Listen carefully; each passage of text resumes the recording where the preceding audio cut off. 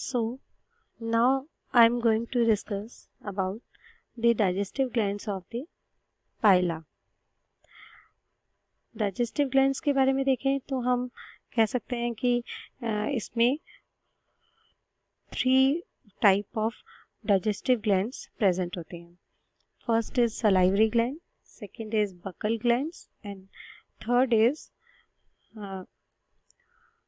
hepatopancreas or the main digestive gland.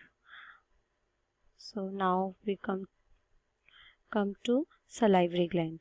salivary gland की बात करें तो हम salivary gland कहाँ पे प्रेजेंट होगी, ये नंबर्स में दो होंगी। इसके अलावा ये जो बकल मास है उसके पीछे की ओर right left slightly right left जगह पर प्रेजेंट होती है। हर एक ग्लैंड की जो कि ब्रांच्ड मास वाइट मास के जैसी दिखाई देती है, जो कि ब्रांच्ड होगी, और ये ब्रांच्ड ग्लैंड क्या कहलाएगी, सलाइवरी ग्लैंड कहलाएगी, जो कि मैंने आपको अपने स्ट्रक्चर में भी बताया था। ये देख रहे हैं आप, बकल मास के नीचे की ओर राइट एंड लेफ्ट क्यों कहा, क्योंकि ये पेयर में है, 2 होती है संख्या में।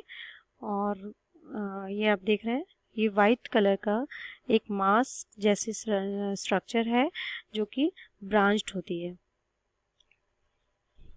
हर जो ग्लैंड है उसमें से एक डक्ट जो कि मसल्स तक एंटर करती है और बकल कैविटी के डॉर्सल सरफेस पर जो ग्लैंड्स हैं उनमें जाके ये खुलती हैं, ये डक्ट्स।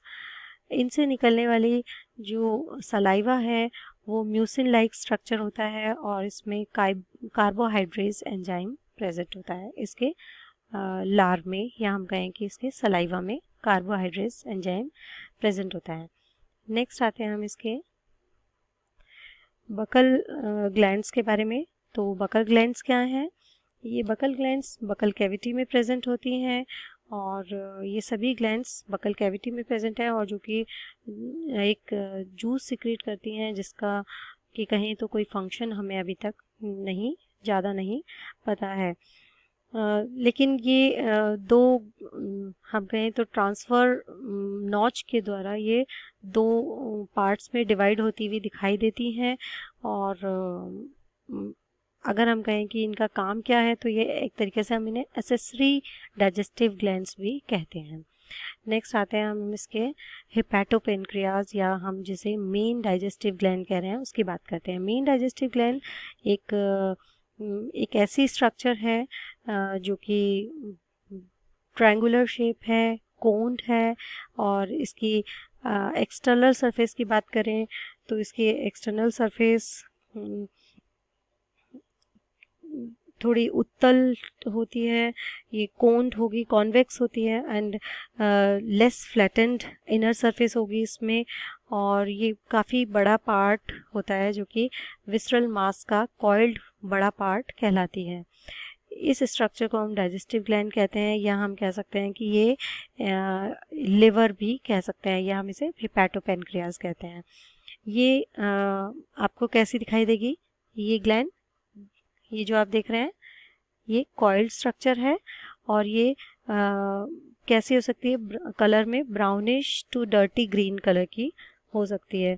इसमें हम कहें तो 2 मेन लोब्स इनमें प्रेजेंट होती हैं, 2 मेन लोब्स प्रेजेंट हैं, और इनमें से जो स्मॉलर है वो स्टमक से कनेक्टेड होती है या कॉन्टैक्ट होता है उसका, और लार्जर पार्ट जो है वो एपेक्स ऑफ द सर्वाइकल से तक एक्सटेंड होती है। इसमें 2 सेपरेट डक्ट भी आपको दिखाई देती हैं जो 2 डिफरेंट लोब से अराइज हो रही हैं, निकल रही हैं, और जो बाद में जाके फ्यूज हो जाती हैं, यूनाइट हो जाती हैं बाद में, और एक कॉमन डक्ट में ओपन होती हैं, और वो कॉमन डक्ट ओपन होके कहाँ जाती है, स्टमक में जाके खुलती है, जैसा कि ये आप देख रहे हैं, ये स्टमक है इस स्टमक वाले पार्ट में। तो हम कह रहे हैं कि 2 लोब्स हैं, दोनों लोब से एक एक डक्ट निकलती हैं और वो दोनों डक्ट जाके बाद में यूनाइट हो जाती हैं, जुड़ जाती हैं एक दूसरे के साथ, और फिर बाद में एक कॉमन डक्ट में ओपन होती है और ये कॉमन डक्ट स्टमक में जाके खुलती हैं। ये डक्ट डाइजेस्टिव ग्लैंड की हम कहें तो स्मॉल ट्यूब्यूल्स जो कि बहुत ही ज़्यादा संख्या में होते हैं उनमें जाके खुलती हैं। इन्हें हम एल्वोलाई बोलते हैं, और एल्वोलाई जो कि आस्तरित होते हैं डाइजेस्टिव एपिथेलियम से, जो कि डाइजेस्टिव एपिथेलियम मीन्स हम कह रहे हैं कि जो ऐसी अस्तर से बने होते हैं, उपकला कोशिकाएं होती हैं, और इनमें 3 टाइप ऑफ सेल्स प्रेजेंट होती हैं। First is resorptive cells, second is secretory cells, and third is lime cells. तो हम कह रहे हैं कि जो ये डक्ट है, ये डक्ट फर्दर ब्रांच्ड या large number of small tubes में खुलती हैं, जिन्हें हम एल्वोलाई कह रहे हैं। और ये एल्वोलाई की जो उपकला कोशिका है, या इसकी जो अंदर की अस्तर बना हुआ है, वो उपकला कोशिकाओं का बना है, डाइजेस्टिव एपिथेलियम्स का बना है। और ये digestive epithelium 3 type of cells से मेड अप है। ठीक है, तो first is secretory, second is resorptive cells, and third is lime cells. क्या फंक्शन है हम इनका देख लेते हैं। सिक्रेटरी सेल्स जो कि सेल्यूलोज सिक्रेट करती हैं, और सेल्यूलोज डाइजेस्टिंग एंजाइम कहलाता है। रिजॉर्प्टिव सेल्स विच डाइजेस्ट प्रोटीन इंट्रासेलुलरली, जो कि प्रोटीन को इंट्रासेलुलरली डाइजेस्ट करने का काम करती हैं। और लाइम सेल्स जो कि calcium, phosphate, semi digest food, इन सब को स्टोर करने का काम करती हैं। अब हम आते हैं हमने इसकी डाइजेस्टिव सेल्स की बात कर ली। अब हम इसकी फूड फीडिंग के नेचर को देखेंगे कि ये किस तरीके से फूड एंड फीडिंग करता है, या हम कहें कि अपने फूड मटेरियल को कैसे इंजेस्ट करता है, अंदर की ओर लेता है। तो हम इस प्रोसेस को देख लेते हैं। ये किस किस को इंजेस्ट करने का काम करता है। तो इसका जो जनरली फूड है वो क्या है, it feeds upon aquatic vegetation, जिसमें कि क्या क्या आ जाते हैं। एक्वेटिक इसके नाम हैं जैसे पिस्टिया, वेलिसनेरिया।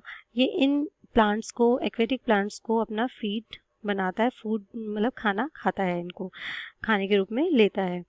स्नेल के बारे में हम, एप्पल स्नेल के बारे में हम ये भी कह सकते हैं कि ये कभी कभी डेड एनिमल टिश्यूज़ को भी खाता हुआ देखा जाता है। अब आते हैं हम इसकी फीडिंग मैकेनिज़्म पे। तो फीडिंग मैकेनिज़्म की बात करें तो इसमें जो फूड लिया जाता है वो बकल कैविटी की चेन सॉ मूवमेंट से लिया जाता है। Chain saw movement of radula के चेन सॉ मूवमेंट के थ्रू ये बकल कैविटी के अंदर इंजेस्ट किया जाता है।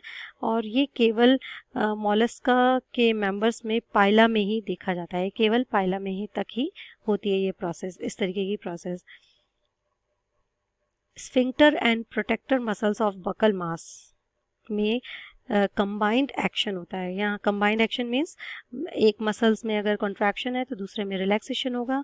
तो action of sphincter and protector muscles of buccal mass, 2 jaws are move up to the mouth opening and cut up leaves of the aquatic plants। तो हम ये कह रहे हैं कि एक्वेटिक प्लांट्स की लीव्स को कट करने के लिए जो दोनों जॉज हैं उनके खुलने और बंद होने के लिए क्या हो रहा है, 2 मसल्स हैं जो कि रिस्पॉन्सिबल हैं और वो काम करती हैं, जिसकी वजह से ये एक्वेटिक प्लांट्स की जो लीव्स हैं वो कट जाती हैं।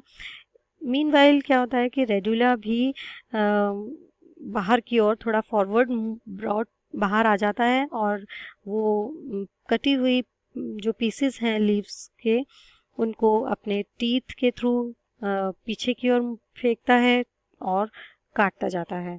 इस तरीके से बकल कैविटी में वो पीछे की ओर भेजता है, और फूड जो कि कट हो जाता है and masticated inside the buccal cavity. Masticated means पीछे की ओर धकेला जाता है, तो काटा और पीसा जाता है इस तरीके से ही।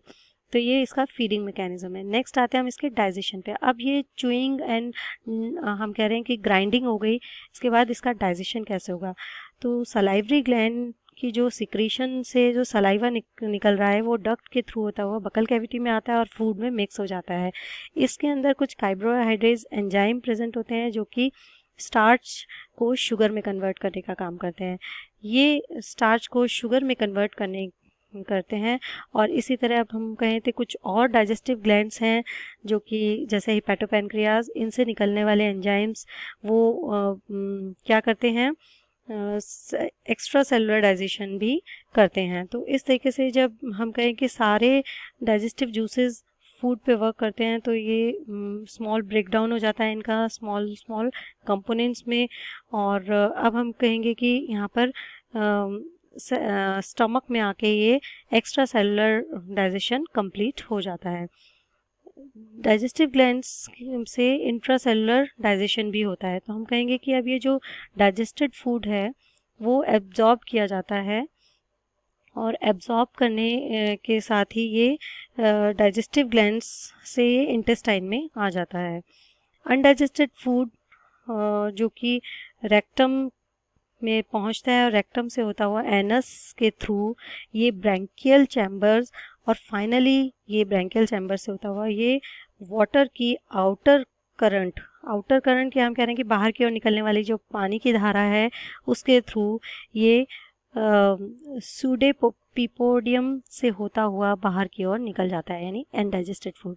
तो हम इस तरीके से हम कह सकते हैं कि एनएस के थ्रू ये अनडाइजेस्टेड फूड बाहर की ओर निकल जाता है। तो ये था इसका food feeding and digestion mechanism. तो डाइजेशन 1 एंड 2 इसलिए लिखा है, डाइजेशन 1 जिसमें कि सिर्फ सलाइवा तक ही मिक्स हो रहा है, रेड्यूला से कट एंड चूइंग हो रही है, लीव्स की छोटे छोटे टुकड़ों में टूट रहा है, उसके बाद उसमें सलाइवा मिक्स हो जाती है। सेकंड पार्ट है जिसमें कि सॉफ्ट और जिसमें सलाइवा मिक्स हो गई है, ऐसे पार्ट कहाँ पहुँचता है, स्टमक में पहुँचता है बकल कैविटी से, और वहाँ पर उस पर एंजाइम्स की एक्टिविटी होती है और एंजाइम्स एक्टिविटी करने के बाद उसे कम्प्लीटली डाइजेस्ट कर देता है और यहाँ से फिर ये एब्जॉर्ब किया जाता है और यहाँ पर इंट्रासेलुलर डाइजेशन स्टार्ट हो जाता है। इंट्रासेलुलर डाइजेशन में भी जो हिपैटोपैनक्रियाज के जो सिक्रेटरी सेल्स हैं वो वर्क करती हैं और यहाँ पर पूरी तरीके से इंट्रासेलुलर डाइजेशन भी कम्प्लीटली डाइजेस्ट कर देता है फूड को। और इनडाइजेस्टेड फूड, जो अनडाइजेस्टेड फूड है वो एनस के थ्रू हम कहें तो ब्रैंकियल चैम्बर से होता हुआ आउटर करंट से बाहर निकल जाता है। तो ये पूरी प्रोसेस थी हमारी डाइजेस्टिव सिस्टम की। पाइला एक बहुत ही लाइट सॉल्टी और ऐसे वाटर रिसोर्सेज में जनरली बहुत ज़्यादा देखने को मिलता है जहाँ पे वेलिस्नेरिया और पिस्टिया जैसे एक्वेटिक सक्लेंट प्लांट्स होते हैं। एक्वेटिक सक्लेंट प्लांट्स मींस जिन एक्वेटिक प्लांट्स जो कि थोड़े जूसी होते हैं। तो ये सक्लेंट प्लांट्स जैसे कि Vallisneria and Pistia, they are the main food of पाइला।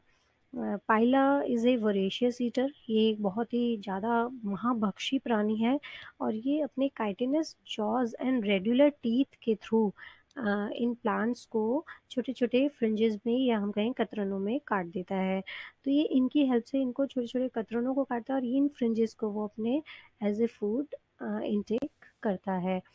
तो ये पूरी मैकेनिज्म है food feeding and digestion mechanism of the pila, and this is all about the digestive system of pila.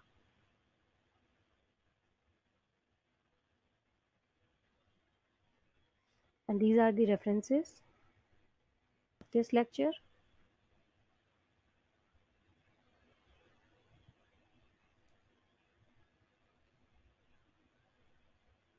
Thank you so much.